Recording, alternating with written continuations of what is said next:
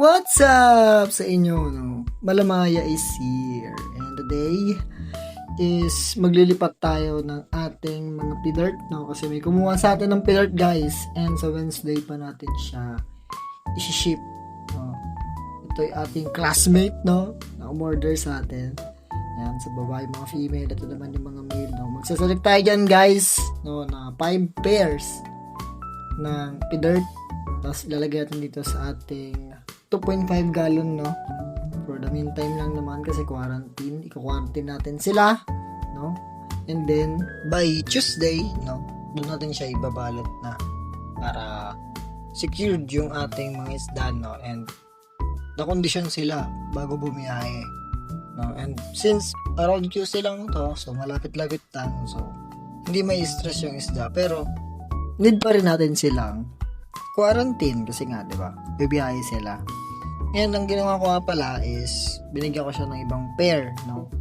And flex lang natin itong acre natin, guys. Ayan, 3 na lang yan. Tapos itong ating leopard, a short body glass belly, guys. Ayan, napaka-solid, ang daming fry.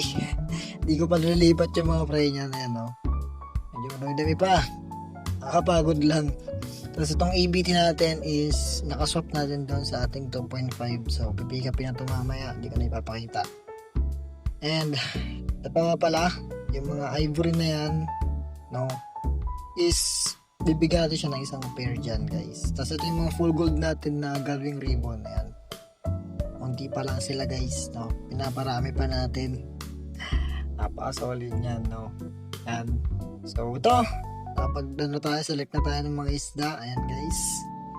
So, mapapansin nyo, ang mga female is medyo maliit yung iba kasi juvie pa lang sila, no? Ayaw naman natin ibigay yung F1 sa F1 na anak. Inbreeding ang tawag doon, guys. Kailangan ipabangga nyo siya sa ibang female na ibang parents, no? Para hindi maging inbreeding yung mangyayari. So, i-outcross natin sila, no? Ayan, guys.